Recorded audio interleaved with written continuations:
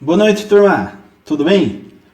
Turma, hoje nós vamos continuar os nossos estudos e hoje veremos aí a parte de correção do fator de potência para sistema trifásico equilibrado. Portanto, os objetivos serão os seguintes: o estudo das características do capacitor em corrente alternada, na sequência o fluxo de potência reativa no capacitor e para fechar aí, exemplo de cálculo de correção do fator de potência para um sistema elétrico trifásico e equilibrado. Muito bem, falando um pouco mais aí sobre os capacitores, né, em corrente alternada, temos que em sistemas elétricos de corrente alternada, os capacitores apresentam características muito bem definidas, né? Então, a corrente elétrica no capacitor ela é adiantada em 90 graus em relação à sua tensão, ou ainda pode-se dizer que a tensão é atrasada em relação à corrente elétrica em 90 graus. Esse fato faz com que o capacitor consuma uma potência reativa que é negativa. Tá? Ou então, ainda que gere uma potência reativa para a rede elétrica. O capacitor na prática ele tem essa aparência, tá? Capacitores de potência, né? Nós temos aqui modelos mono, bi, trifásicos. E a formulinha da potência no capacitor, que é basicamente aquela fórmula que nós vimos, né, para a potência reativa no indutor. Porém, no capacitor muda-se que existe um sinal negativo na frente. Ah, por quê? Então, o sinal negativo é porque ele consome uma potência reativa, que é negativa. Então, tem o sinal negativo que representa também a geração de uma potência reativa para a rede elétrica, que pode ser utilizado ou não, né? Normalmente mais em geradores síncronos. Mas, em termos gerais, é uma potência reativa que é gerada para uma carga indutiva. Então, uma carga que pode ser local ou pode ser uma carga total, né, da instalação como um todo. Então aqui eu defino um conceito que vocês já devem ter bem claro aí, né, que é a reatância capacitiva, que diz o seguinte, né, que a tensão alternada sinoidal, ao ser aplicada em um circuito com elemento capacitivo, faz surgir uma dificuldade adicional à passagem da corrente elétrica por este circuito. Essa dificuldade de circulação da corrente elétrica imposta pelo capacitor é denominada reatância capacitiva. Tá? Então, a reatância capacitiva é 1 dividido por J ômega C, ou seja, 1 dividido por J2π FC. E daí nós temos aqui alguns elementos, né? O ômega, o F, né? E eu trago aqui a definição. O ômega seria basicamente a frequência angular, dado também como velocidade angular em algumas literaturas, por sinal da rede elétrica, em radianos por segundo. C é a capacitância do capacitor, dada em farads, normalmente em submúltiplos, né, milifarads, se for um capacitor grande, ou microfarads, né, que é a grande maioria dos casos. E a frequência do sinal, né, da alimentação do circuito. Normalmente, essa frequência aqui a gente estabelece como um valor fixo para análise de sistemas de potência, como sendo o famoso aí 60 Hz da rede, né. Mas muito bem, eu tenho essa daqui a formulinha primária. Se eu mexer um pouco, posso separar esse 1 dividido por J, né, e multiplicar aqui por 1 dividido por 2 πfc. E 1 dividido por J dá menos J, tá? Por uma análise aí eu multiplico por J em cima, J embaixo, J é raiz de menos 1, J vezes J dá menos 1. Tá? Com J em cima, menos 1 vezes J dá menos J. Por isso que a reatância capacitiva tem esse menos aqui na frente, e ele acaba impactando, por fim, também aí na potência reativa, né? Apenas em termos matemáticos, mas que corrobora com o efeito físico do elemento. Certo? Então nós temos que o menos aí vem dessa relação aqui, 1 dividido por J, que é basicamente menos J. Muito bem. Falando agora das potências, nós temos a parcela de potência ativa, a parcela de potência reativa e potência aparente. Vimos na última aula e levamos em consideração ainda um ângulo, né? Esse ângulo entre a potência aparente e a potência ativa, que é o ângulo da corrente, utilizado também para a determinação aí do fator de potência. Pelo triângulo das potências, podemos definir potência ativa como S cosseno, né, que é o cateto adjacente, reativa como seno, cateto oposto ao ângulo. O S seria hipotenusa, então temos Pitágoras aí. O ângulo da corrente pode ser definido como o arco tangente da reativa, potência reativa dividida pela potência ativa. A potência ativa é a raiz de 3, tensão de linha corrente de linha cosseno do ângulo, né? Apenas expandindo aqui a formulinha do S, que é essa daqui.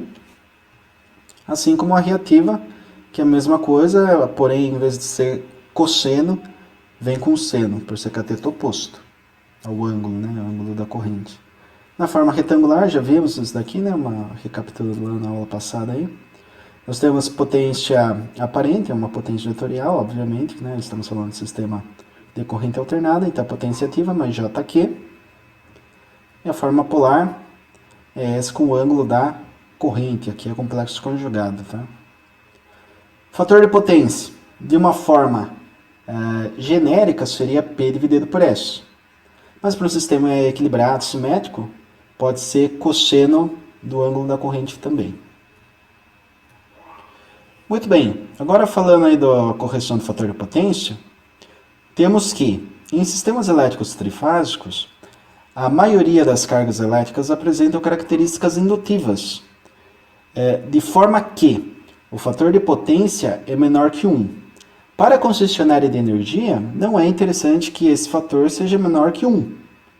Para isso, surge uma normativa, prevista no módulo 8, né, que já vimos na aula passada, que estabelece que o fator de potência deve ser de no mínimo 0,92, indutivo ou capacitivo.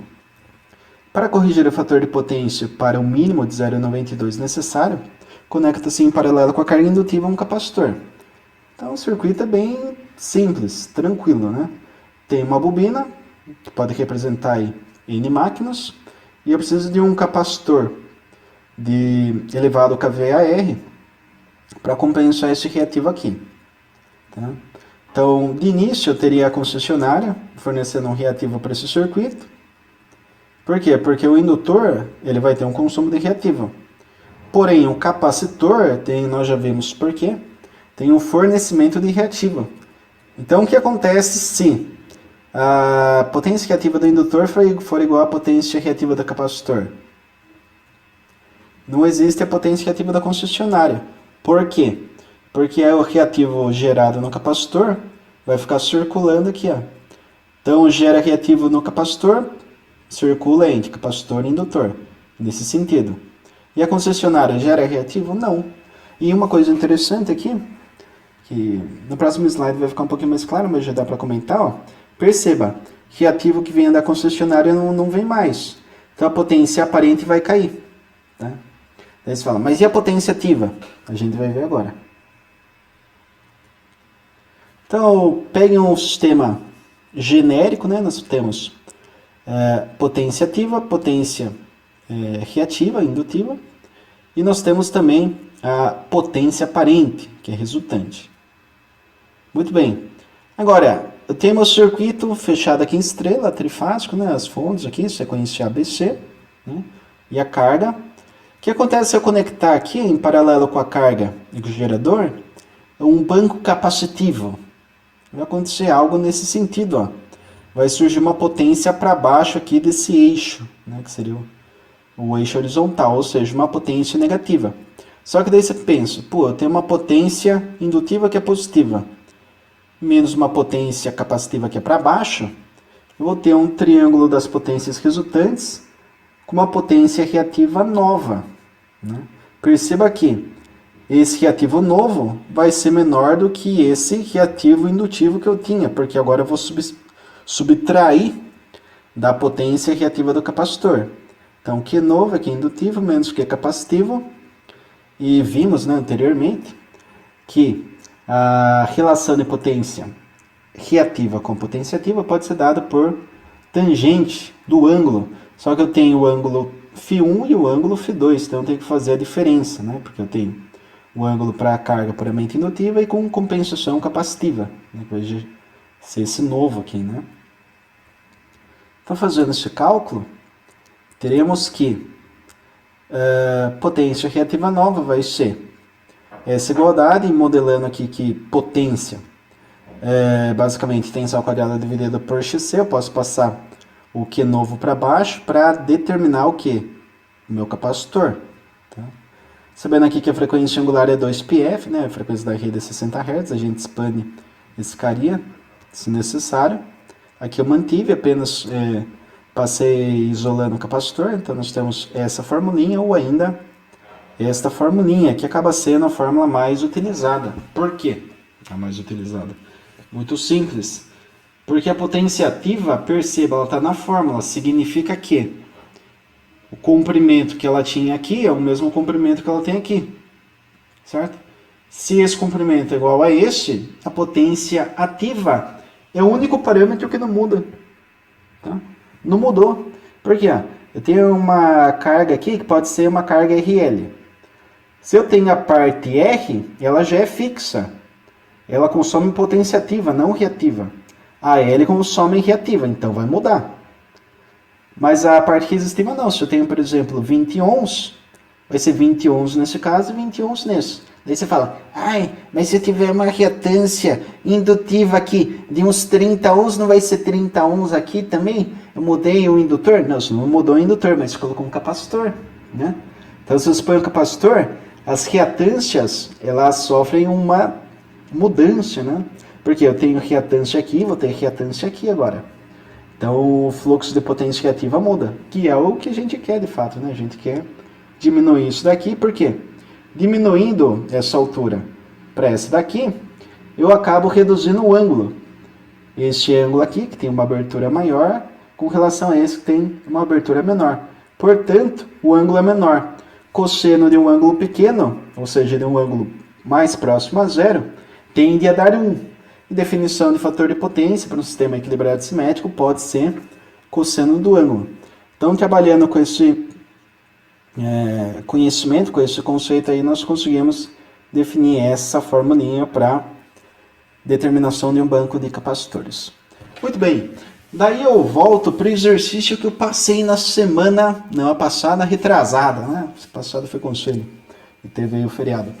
Então nós temos que existia lá um sistema trifásico, né? Uma carga que consome 30 amperes por fase, 380 volts em estrela. Tá? Essa carga é fortemente indutiva, então a corrente tem um ângulo de 60 graus, atrasada com relação à tensão e pedia potência parente, ativa, reativa e fator de potência. Beleza, calculamos tudo isso. Agora, tendo aqui os dados, né, eu tenho aqui a potência aparente, que tem os valores de 9K, 9K para potência ativa e 17K para reativa. Já calculamos esses dados. Agora eu peço uma compensação no fator de potência via banco capacitivo. Tá? Então eu quero que vocês dimensionem um banco de capacitores para a correção do fator de potência. Vocês, nós, né? Porque isso daqui é um exemplo. O exercício vem na sequência aí. Então eu tenho aqui o enunciado, né? Apenas trazendo para esse slide. E já tínhamos potência parente, ativa, reativa. Daí na última aula também calculamos o fator de potência, né? Eu tinha até deixado aqui em vermelho, né? Porque estava abaixo do que a norma pedia. Então já temos também o fator de potência normativa. Fala que deve ser acima de 92, né? Qual o item? Era o 3.2.1, tá no slide passado também. Do módulo 8 do paradístico, que fala que o fator de potência deve ser maior ou igual a 0,92, indutivo ou capacitivo. Muito bem, tendo essa premissa, podemos já utilizar aqui a nossa fórmula. Porém, de início, temos apenas esse ângulo, né, que é o ângulo da carga, que vale 60 graus. Não temos o φ2, temos que determiná-lo. Como? Eu sei que o fator de potência pedido pela norma é 0,92. Então, 0,92 é igual ao cosseno de φ2, certo? Muito bem. Portanto, φ2 é cosseno menos 1, ou arco cosseno de 0,92. Fazendo essa continha, temos que φ2 é 23,07 graus. Professor, 23,07 graus, então é o ângulo da norma. Podemos dizer que sim, né? O ângulo mínimo que estabelece aí a norma. Por que não está na norma o ângulo? Porque a norma coloca fator de potência mínimo a ser cumprido. Ah, mas se eu quiser 0,95 eu posso. Mas 0,95 vai dar outro ângulo. Vai dar outro ângulo, certo? Então, por isso, não temos uma definição de ângulo. O ângulo vai ser calculado partindo do princípio que o fator de potência que deve ser consumido, ali, o que deve existir na sua instalação, melhor dizendo, é de 0,92. Pode ser maior, mas não pode ser menor. Tá? Então, se você quiser projetar um banco aí que compensa para 0,95, 0,98, fica à vontade. Daí esse ângulo vai ser diferente, né? Muito bem. Então, tendo aí esses dados, nós podemos calcular aqui a potência do banco de capacitores como? Eu vou ter lá a potência de consumo, né, da nossa carga resistiva, divido ela por 3, porque eu quero consumo do banco por fase, multiplico por tangente de 23,07, né, que vai ser a potência e nova potência reativa, isso vai gerar 1,4 kVAr de potência. Substituindo na fórmula agora a potência ativa, eu devo dividi-la por 3, multiplico pela diferença aqui das tangentes de ângulo, faço 2π vezes 60, 380 quadrado sobre a raiz de 3, executo essa continha e chegamos que o capacitor deve ser de 136,73 microfarads, tá?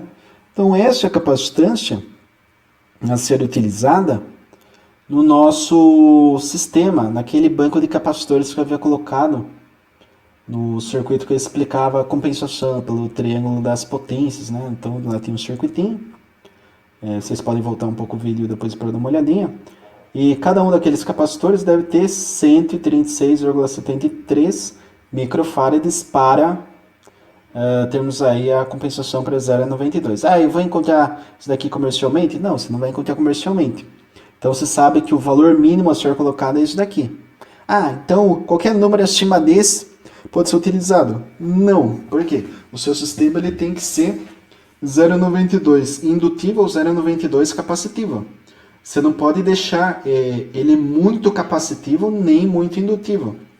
Se você colocar além, muito além disso daqui, em vez de 136, você colocar, por exemplo, 13.600 microfarads, muito provavelmente você vai estar com um fator de potência capacitivo abaixo do que a norma pede. Vai estar aí 0,80, 0,70, só que capacitivo, não indutivo. Então a norma não quer que você fique nem tanto para o lado indutivo, nem tanto para o lado capacitivo. Ela só quer que você fique o mais próximo de 1 possível. Por quê? Dá para você imaginar também, ó, a complexidade aqui é grande, tá? Porque a geração de reativo, ela é mais trabalhosa, tem mais custo do que a geração de potência ativa. E quando eu vou tarifar o quê? Quilowatt-hora, né? Então, por que eu vou ficar te dando cavar de graça, entendeu? Se eu estou tarifando aqui, ó, quilowatts, certo? E outra coisa, o sistema elétrico ele fica sobrecarregado, porque tem as linhas de transmissão, né? Então é muito melhor eu trafegar, vocês vão estudar mais pra frente isso aí, mas só para ter um complemento aqui, falando de reativo, é melhor eu trafegar apenas potência ativa do que trafegar numa mesma linha potência ativa e potência reativa. Melhor que o reativo seja gerado lá pelo meu cliente, né? E ele faz uma compensação local. Se eu precisar de um cabeamento maior, ele vê, o projeto é dele, tá? Agora, eu tenho uma linha que ela tenha um certo suporte. Eu não consigo aqui. Por exemplo, a linha foi projetada para 100 megawatts, certo? 100 megawatts. Então, eu vou transmitir lá, ela aguenta quanto? 100 mega. Então, 100 megawatts, 100 MVAR, vai passando. Não dá, é 100 megawatts, é a capacidade da linha. Então, ela não pode trafegar reativo? Pode também. Mas é muito melhor ela trafegar mais potência útil, que de fato vai ser convertida em algum fenômeno, e você compensar o reativo, do que de fato ter que fazer uma infraestrutura gigantesca, né? Gastar uma bala para isso, uma grana, sendo que com uma normativa aqui eu consigo basicamente tarifar meu cliente se ele fizer com que eu tenha uma sobrecarga na linha, né? Porque eu não projetei ela para isso, eu projetei em cima da norma. Então a normativa são muitos aspectos, tá? São vários aspectos. Tem aspecto de tarifação, tem aspecto de complexidade de geração de reativo, tem aspecto de sobrecarga da linha, tá? Então, é sempre aquela coisa, né? O BO. Eu tenho os meus problemas, você tem os seus problemas. E a normativa ela vai falar, ó, daqui para cá, problema é do cliente. Daqui para trás, problema é da concessionária. Isso tem geração, distribuição de energia, né? Transmissão de energia, tem tudo isso aí. Certo, turma? Então, a parte de fator de potência é algo bem interessante, até bem discutível, né? Porque essa questão aqui de reativa, ela é sempre aquela história, né? Puxa, mas de quem que é efetivamente aí a obrigação, né? A obrigação aqui, dependendo do nível da instalação, que está no módulo 8 do Pradis, que eu já mandei para vocês no Microsoft Teams, é de acima de 0,92 para cargas grandes aí, em certo nível de tensão, é da parte do cliente, né?